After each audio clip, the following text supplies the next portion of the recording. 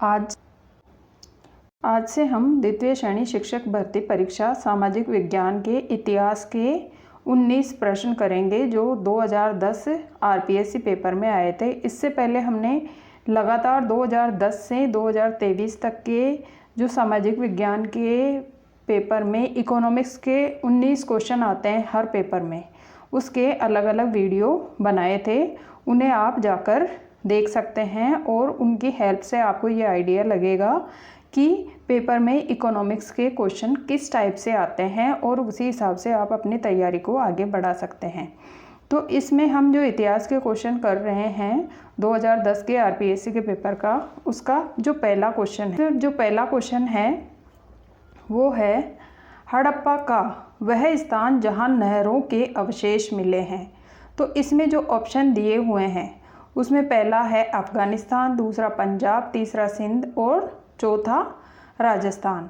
वैसे अवशेष तो सभी जगह से मिले हैं, लेकिन ज़्यादा जो नहरों से पानी सप्लाई के अवशेष मिले हैं वो मिले हैं सिंधु से। यानी सिंधु जो रिवर है उसका जो पानी पाकिस्तान वाले एरिया में, हड़प्पा कहाँ है, पाकिस्तान में है, पाकिस्तान वाले एरिया में सिंचाई होती थी उस समय सिंधु घाटी पीरियड में, तो वहाँ पर उस समय के अवशेष मिले हैं।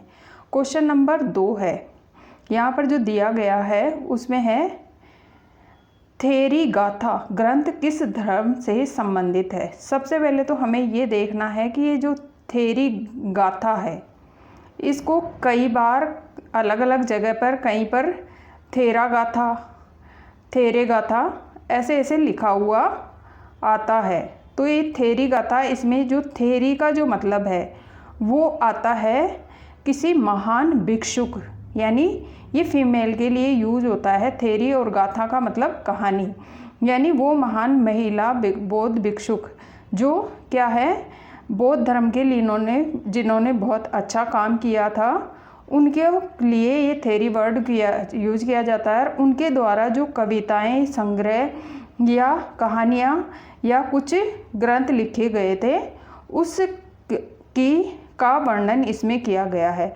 और थेरी गाथा में ही हमें जो आम्रपाली कौन सी थी, एक बहुत ज़्यादा बौद्ध धर्म में प्रसिद्ध भिक्षुणी थी आम्रपाली, उसकी गाथा का भी हमें पता चलता है। तो ये थेरी गाथा में है, तो थेरी गाथा ग्रंथ का संबंध है बौद्ध धर्म से। तो यहाँ पर हमारा आंसर रहेगा 2 नंबर।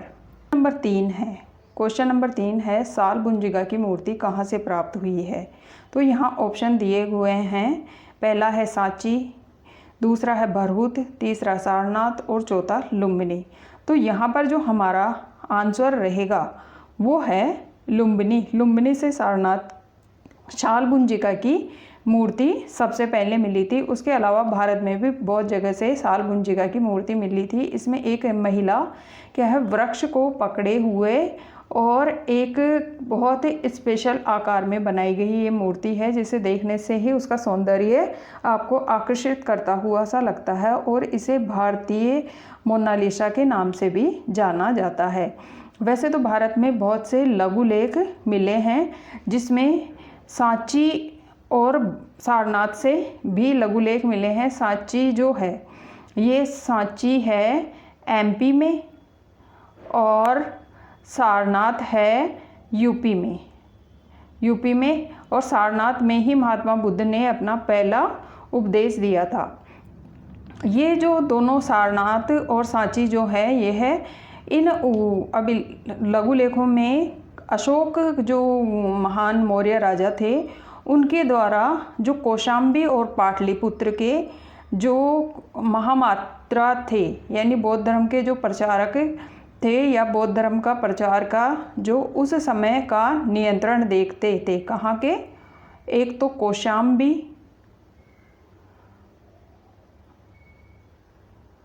और दूसरा है पाटलिपुत्र। पाटलिपुत्र के जो महामात्य थे, यानी बौद्ध धर्म का जो प्रचार प्रसार करने वाले जो लोग थे, उनको अशोक ने क्या दिया था, निर्देश दिया था कि अगर बौद्ध जो संघ है उसमें अगर कोई भिक्षु या भिक्षुणी संघ के अंदर कोई किसी भी टाइप का उपद्रव करते हैं, फूट डालते हैं या फिर शांति भंग करते हैं, तो ऐसे भिक्षु भिक्षुणियों को आप क्या है कि संघ से बहिष्कृत कर सकते हो। तो ये उपदेश किस में दिया हुआ है? सारनाथ और सांची में दिया हुआ है। इसके अलावा जो भरहुत जो है, भरहुत भी अशोक का ही के द्वारा ही बनवाया गया एक अभिलेख है, मिलता है। क्वेश्चन नंबर 4 है, मौर्य काल में स्वर्णगिरी स्थान क्यों प्रसिद्ध था? तो इसमें जो ऑप्शन दिए हुए हैं, पहला है व्यापारिक केंद्र था, दूसरा धार्मिक केंद्र था, तीसरा मूर्तिकला का केंद्र था, या चौथा राजनीतिक केंद्र था। तो सब इसको समझने से पहले हमें ये समझना होगा कि जो अशोक जो शासक थे, जिसको अशोक महान के नाम से भी जाना जाता है, इसने अपने साम्राज्य के कितने भाग किए थे? 5 भाग किए थे। और इसने जो उत्तर वाला जो राज्य था उसको उत्तरापत नाम दिया था। क्या नाम दिया था? उत्तरापत। और उसकी राजधानी उसने बनाई थी तक्षशिला, जो जहाँ पर तक्षशिला विश्वविद्यालय था वो बनाई थी। और जो दक्षिण वाला भाग था उसका नाम था दक्षिणापत। और इसकी राजधानी क्या थी? इस वाले की राजधानी ये स्वर्णगिरी थी। यानी राजनीतिक व्यवस्था की देखरेख के लिए उसने अपने साम्राज्य को कितने भागों में बांटा? 5 भागों में बांटा। और उसी में से दक्षिण का जो हिस्सा था उसकी राजधानी क्या थी?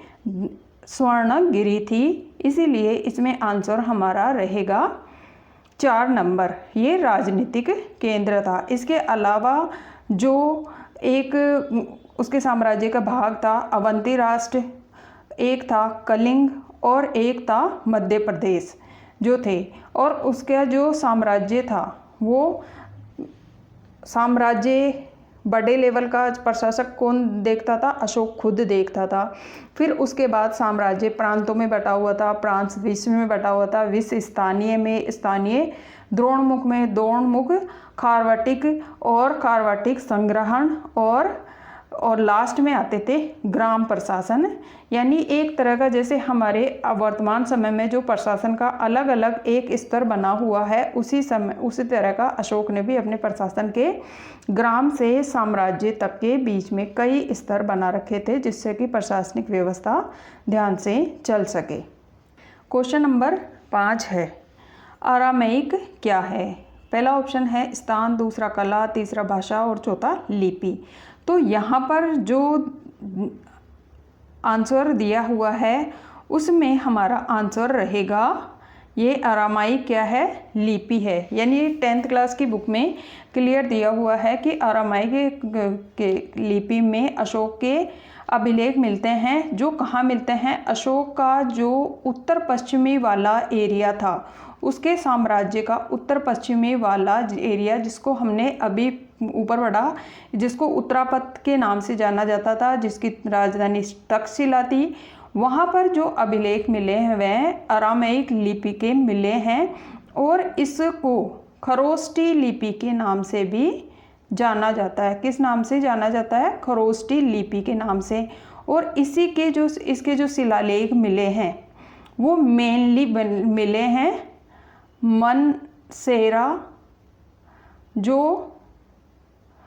मनसेरा और उसके अलावा शाहबाजगढ़ी।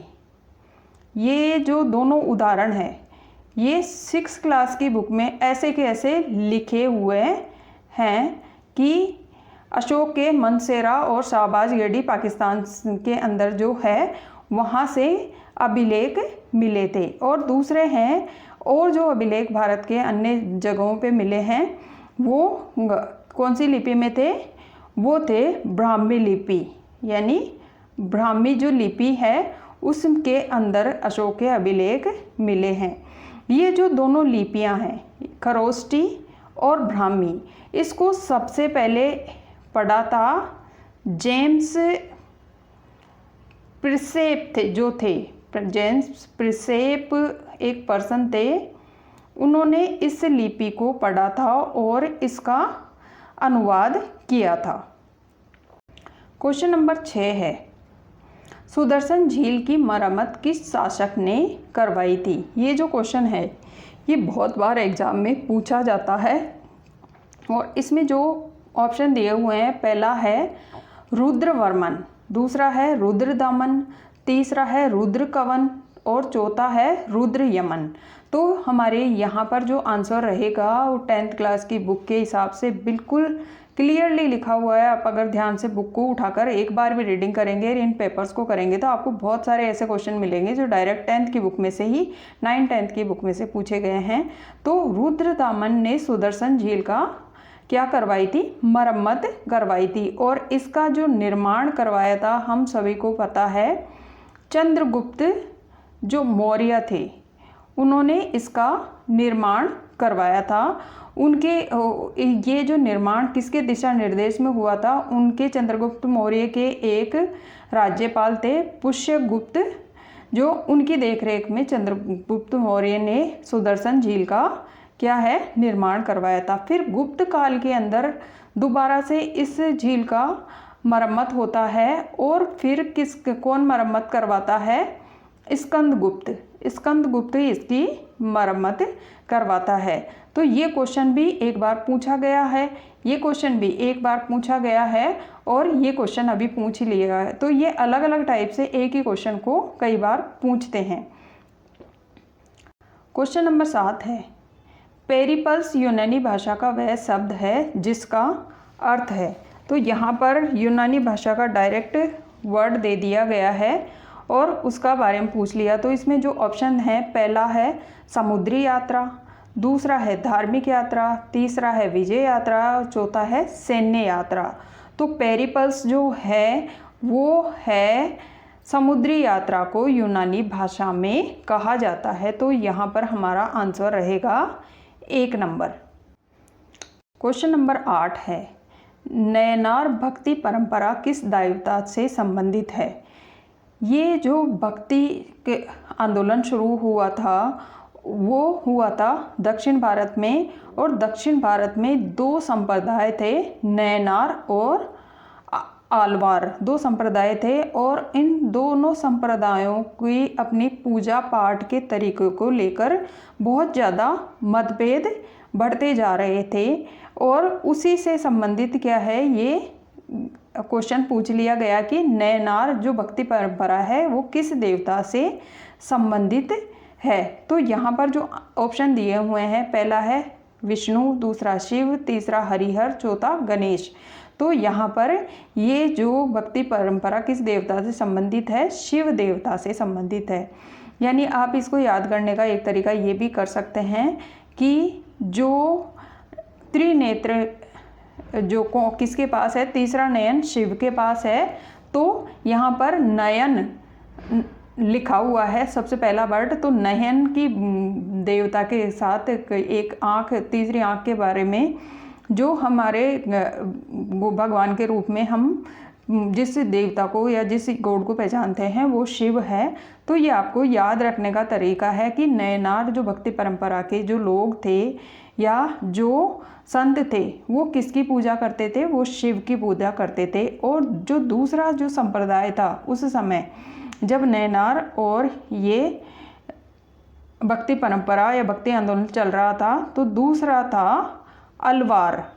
अलवार जो भक्ति परंपरा के संप्रदाय के जो संत थे वो किसकी पूजा करते थे, वो करते थे विष्णु की पूजा करते थे।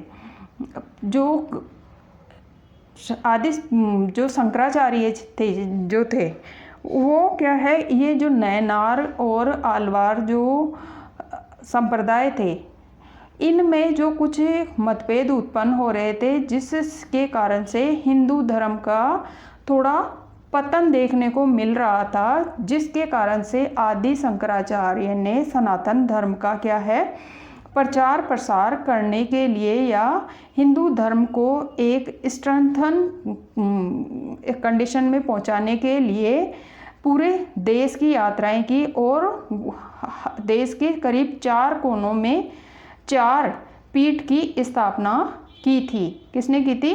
आदि शंकराचार्य ने, जिसमें से पहली पीठ जो है वो है उत्तराखंड में, दूसरी है पूरी उड़ीसा में है, यानी उत्तराखंड में जो पीठ है वो बद्रीनाथ में है, और जो दूसरी पीठ है उड़ीसा में है वो पुरी में है, तीसरी है गुजरात के द्वारिका में है, और चौथी है कर्नाटका के रामेश्वरम में पीठ स्थापित की। और इस पीठ के जो प्रथम जो मठाधीश है वो क्या कहलाते हैं, इन सभी पीठों के, वो शंकराचार्य कहलाते हैं। ये सनातन धर्म के प्रचार प्रसार के लिए आज तक भी कार्य करने में लगी हैं। ये अद्वैतवाद का एक तरह से फॉलो करती हैं। और यहाँ पर जो बद्रीनाथ जो है, यानी बद्रीनाथ जो पीठ है, यहाँ पर चारों पीठ हैं, वहाँ पर चारों हमारे वेद अलग अलग जगह रखे हुए हैं। तो बद्रीनाथ जो पीठ है यहाँ पर अथर्ववेद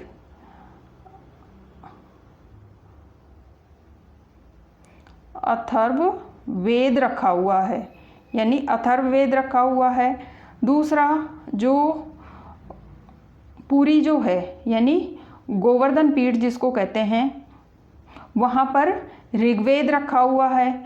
और जो शारदा पीठ गुजरात में द्वारिका में है, वहाँ पर सामवेद रखा हुआ है। और श्रृंगेरी पीठ जो रामेश्वर कर्नाटका में है, वहाँ पर यजुर्वेद रखा हुआ है। यह आपको थोड़ी आगे, जब आगे डिस्क्रिप्शन में अच्छे से पढ़ाएंगे उस समय अच्छे से समझाएंगे, अभी तो ऐसे ही बताया जा रहा है।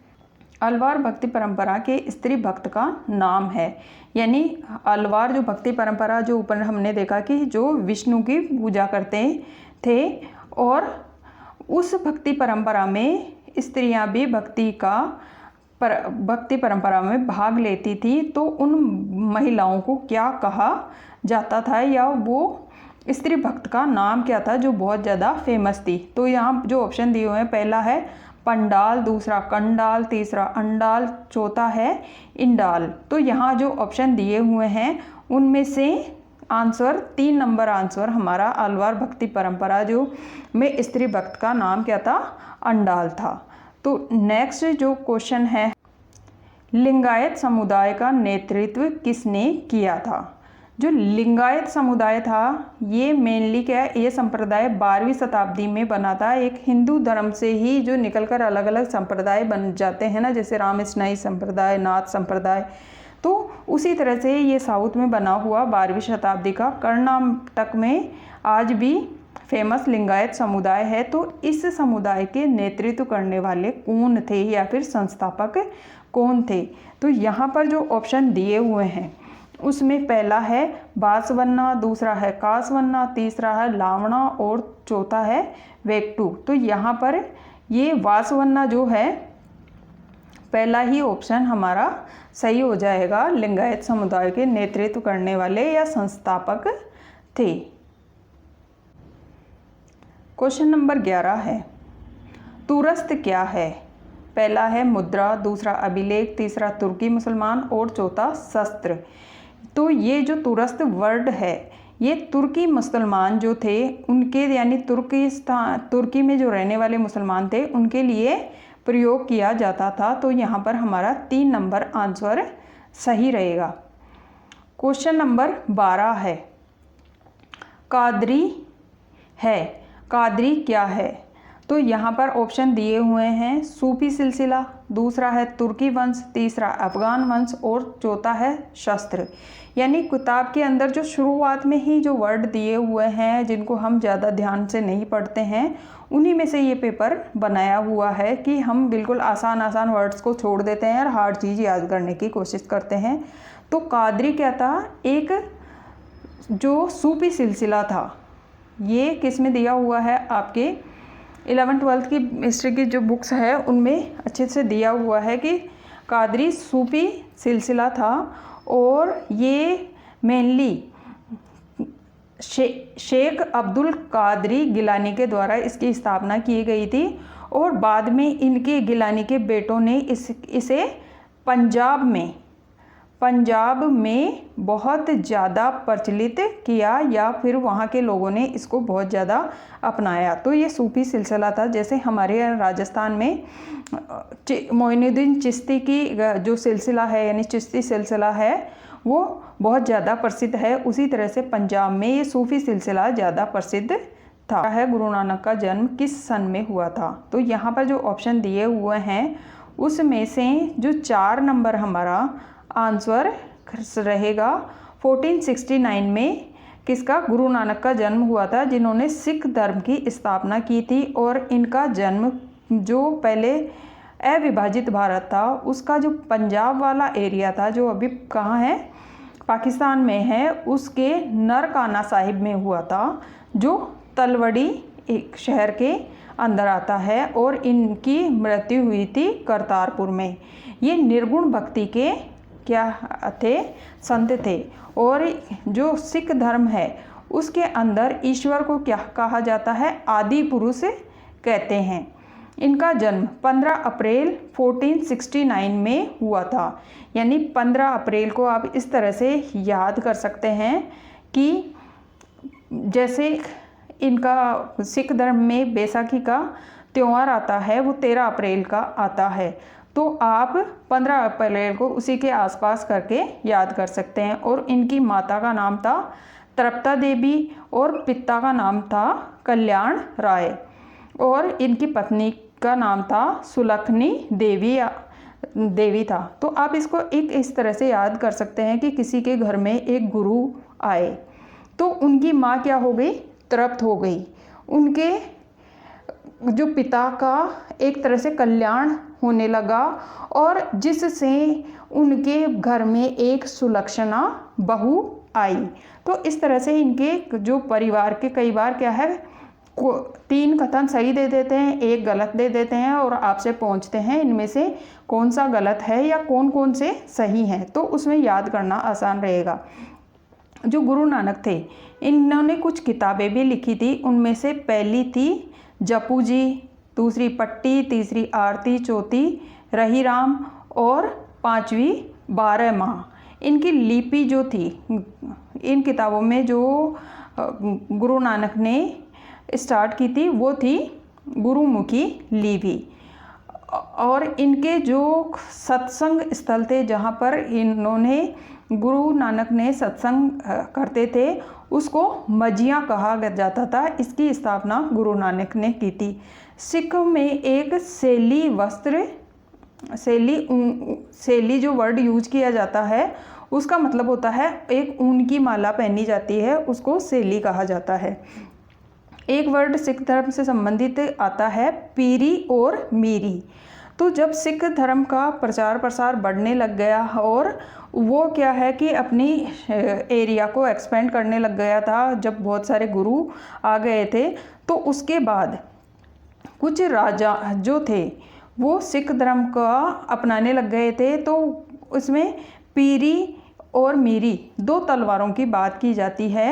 एक धर्म का प्रतीक है और दूसरी राजनीति का प्रतीक है। शीशगंज गुरुद्वारा के बारे में भी कई बार क्वेश्चन पूछा गया है। इसमें क्या है, सिख गुरु जो थे, जो गुरु गोविंद सिंह के पिता थे, उनको औरंगजेब ने कहा कि वो अपना धर्म बदल के मुसलमान बन जाएं और तेग बहादुर ने मना कर दिया। तो उस जो शीशगंज जगह दिल्ली में है उस जगह इनका जो गर्दन तलवार से काट दी गई थी, जिसी के कारण इसको शीशगंज ये जगह बोला जाता है, जहां बाद में गुरुद्वारा बनाया गया। जो गुरु गोविंद सिंह थे उन्होंने सिख धर्म में एक पंथ स्टार्ट करा था जिसको कहा गया खालसा पंथ। इस पंथ के सिखों को 5 ककार यानी 5 चीज़ें धारण करनी पड़ती है। उसमें है पहला कड़ा, दूसरा केस, तीसरा कच्छ, चौथा कृपाण और 5वां कंगा। सिख धर्म में एक वर्ड यूज किया जाता है उदासियाँ। जब भी गुरु नानक साहिब जो यात्राएं करते थे सिख धर्म के प्रचार के लिए, चाहे वो भारत में हो, अफगान में हो, अरब या फारस में, उनको क्या कहा जाता था? उदासियाँ कहा जाता था। तो ये जो सिख धर्म से संबंधित जो डिटेल है ये सभी क्या है 9th 10th और 11th 12th की हिस्ट्री की बुक से उठाई गई है और इनसे बदल बदल के बार बार क्वेश्चन आने के चांसेस हैं। ऐसे तो कितना ही पढ़ लो, बहुत कुछ है। कुछ गुरुओं के नाम से संबंधित भी हैं, वो बाद में करेंगे, तो इसको आप ज़रूर याद करें। क्वेश्चन नंबर 14 है, पानीपत के द्वितीय युद्ध में अकबर का मुकाबला किससे हुआ था? जो पानीपत का जो प्रथम युद्ध हुआ था वो तो हम सबको पता है कि बाबर और इब्राहिम लोदी के बीच में हुआ था। किसके बीच में? जिससे हिंदुस्तान में क्या है, मुग़ल साम्राज्य की स्थापना हुई थी। 1526 में हुआ था, जिसमें जो इब्राहिम लोदी हार गया था। तो ये तो था पहला। अब इसमें पूछा गया है कि पानीपत का द्वितीय युद्ध किसके बीच में हुआ था? ये हुआ था द्वितीय युद्ध 5 नवंबर 1556 को हुआ था। और ये हुआ था अकबर के जो सेनापति थे बैराम खां और ये बिहार के मोहम्मद आदिल शाह जो थे उनके अफ़गान सेनापति हेमू के बीच में हुआ था और हेमू उस समय हार जाता है। क्वेश्चन नंबर 15 है, 1572 ईस्वी में मेवाड़ का शासक बना था। तो ये जो क्वेश्चन है इसमें ऑप्शन दिए हुए हैं। पहला है उदय सिंह, दूसरा है अमर सिंह, तीसरा प्रताप सिंह और चौथा है संग्राम सिंह। अब थोड़ा सा अगर हम ध्यान दें तो ये जो प्रताप सिंह है ये कौन है? ये हैं महाराणा प्रताप। महाराणा प्रताप, जो कन्फ्यूजन करने के लिए इसमें लिख दिया गया है क्या है, प्रताप सिंह। और इनका पीरियड जो रहा था 1572 से 1597 तक इनका पीरियड रहा था। और इस समय 1572 में कौन बने थे शासक? महाराणा प्रताप बने थे। तो इसमें आंसर रहेगा 3 number, Pratap Singh. Question number 16 है, दीन-ए इलाही अकबर की मूर्खता का स्मारक था, किसने लिखा? यानी दीन-ए इलाही जो धर्म चलाया था किसने? अकबर ने। तो वो चलाया था कब? 1581 में। 1581 में दीन-ए इलाही धर्म चलाया था। और उसके अलावा उसने इससे पहले दीन-ए इलाही धर्म से पहले इबादत खाना क्या है, फतेहपुर सीकरी में एक इबादत खाना खोला था। इबादत खाना भी खोला था किसके लिए? सभी धर्म, ये दीन-ए इलाही के धर्म से पहले कि सभी धर्म के लोग आकर वहाँ पर इबादत कर सकें, इसके लिए। और फिर उसके बाद यानी ये इबादत खाना खोला था 1575 में। और दीन-ए इलाही, फिर ये इबादत खाना में बहुत सारे लोग अलग अलग टाइप के आकर इबादत करने लगे, तो उन सभी का जो ग्रुप था उनके लिए एक दीन-ए इलाही नाम का धर्म चलाया, किसमें? 1581 में। और इसी के कारण जो अकबर को इमाम आदिल के नाम से भी जाना जाता है और ये नाम दिया था उनको शेख मुबारक ने। 1583 के अंदर इसने इलाही संवत नाम से एक अकबर ने क्या चलाया था? कैलेंडर भी चलाया था। इलाही संवत जैसे अपने यहाँ पर विक्रम संवत चल रहा है, हिंदी में विक्रम संवत माना जाता है, उसी तरह से एक अलग अलग धर्मों के अपने कैलेंडर होते हैं। तो उसी हिसाब से अकबर ने इलाही संवत चलाया था, किसमें? 1583 के अंदर। क्वेश्चन नंबर 17 है, कांग्रेस का कलकत्ता अधिवेशन कब हुआ? तो जो कांग्रेस का जो कलकत्ता अधिवेशन हुआ था उसके ऑप्शन दिए हुए हैं। पहला है सितंबर 1930 में, दूसरा है सितंबर 1910 में, तीसरा है सितंबर 1920 में और चौथा है सितंबर 1905 में। जो कलकत्ता में जो अधिवेशन हुए थे, 9 बार कांग्रेस के अधिवेशन हुए थे। और यहाँ पर जो ऑप्शन है उनमें से 3 नंबर हमारा आंसर रहेगा कि कलकत्ता में जो अधिवेशन हुआ था वो सितंबर 1920 के अंदर हुआ था। कांग्रेस के बारे में अगर हम बात करें तो हम सबको बताया कि कांग्रेस की स्थापना कब हुई थी, 28 दिसंबर 1885 की अंदर हुई थी। और इसके जो स्थापना हुई थी वो किसमें, मुंबई में हुई थी। और इसके जो संस्थापक थे वो कितने थे, 3 लोग थे। एक थे WC बैनर्जी थे, एक A.O. ह्यूम थे और एक थे दिनशाह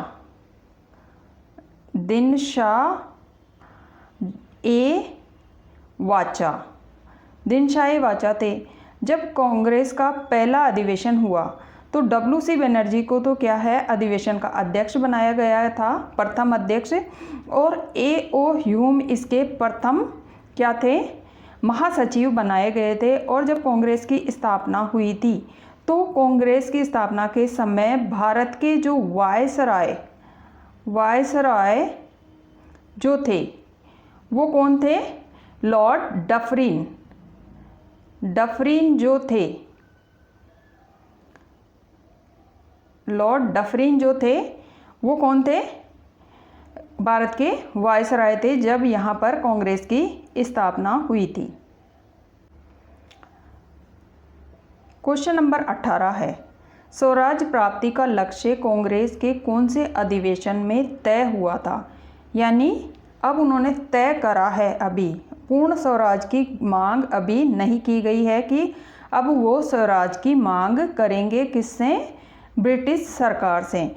तो इसके लिए जो अधिवेशन हुए थे उनमें कौन से जो ऑप्शन दिए हुए हैं, कौन से में इन्होंने स्वराज प्राप्ति का लक्ष्य निर्धारित किया था। तो पहला ऑप्शन है नागपुर में, दूसरा कलकत्ता में, तीसरा अहमदाबाद में और चौथा सूरत में। तो यहाँ पर जो आंसर है उनमें से कलकत्ता में क्या है, स्वराज प्राप्ति का जो लक्ष्य इन्होंने कांग्रेस ने बनाया था।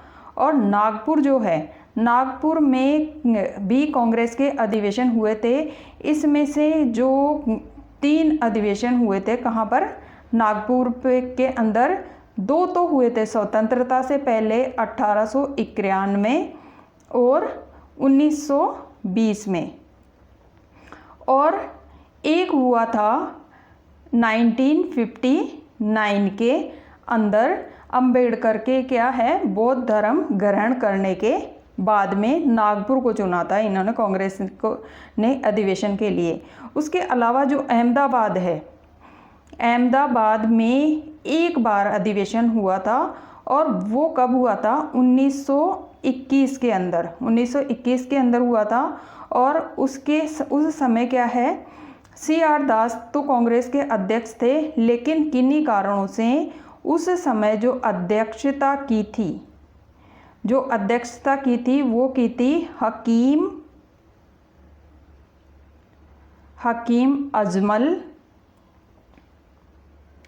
अजमल खान ने।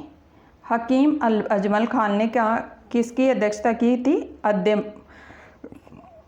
अहमदाबाद अधिवेशन की। यानी ये एक तरह से CR दास की जगह कार्यवाहक अध्यक्ष बनाए गए थे। क्वेश्चन नंबर 19 है, बांटो और भागो का नारा किसका था। तो हम सबको पता है कि एक तो नारा था फूट डालो राज करो, एक था करो या मरो। लेकिन ये जो नारा पूछा गया है, ये पूछा गया है जिसमें ऑप्शन दिए हुए हैं कांग्रेस का था। क्या कांग्रेस का ऐसा नारा हो सकता था, बांटो या भागो। दूसरा मुस्लिम लीग का, तीसरा हिंदू महासभा का, चौथा होम रूल का। तो इसमें जो ऑप्शन थे ये मुस्लिम लीग के द्वारा दिया गया नारा था कि बांटो और देश से अलग हो जाओ। तो ये मुस्लिम लीग का नारा था। और ये किस समय दिया गया था, जब भारत में गांधी जी ने क्या है, भारत छोड़ो आंदोलन तेज कर दिया था। उस समय क्या है, मोहम्मद अली जिन्ना और इनका ग्रुप क्या चाह रहा था कि वो देश को बांट दें और उनके हिस्से में पाकिस्तान मिल जाएं और वो क्या है उसका शासन संभालें और भारत से अलग हो जाएं। इसीलिए उन्होंने मुसलमानों को आह्वान किया था कि आप बांटो और भागो का साथ दें, क्योंकि अंग्रेज भी इसी के साथ हैं कि वो भारत का 2 टुकड़े कर दें। तो अंग्रेज़ों का मेन उद्देश्य जो रहा वो क्या था, आखिरी में आते आते कि भारत को बांट दो और वहाँ से भाग जाओ। तो ये थे 2010 के सेकंड ग्रेड के पेपर के 19 क्वेश्चन। आई होप आपको ये चीज़ जो मैंने बदलाव किया है, डायरेक्ट पेपर से ही आरपीएससी के पेपर से क्वेश्चन उठाकर थोड़ा सा डिटेल करने की कोशिश की है, तो आपको अच्छा लगा या नहीं लगा, या पहले वाला ही पैटर्न सही था, उसके बारे में कमेंट बॉक्स में ज़रूर बताएं। और पेपर को ध्यान से करें, क्योंकि पेपर से आपको बहुत सारा आइडिया मिलता है। देखने के लिए धन्यवाद।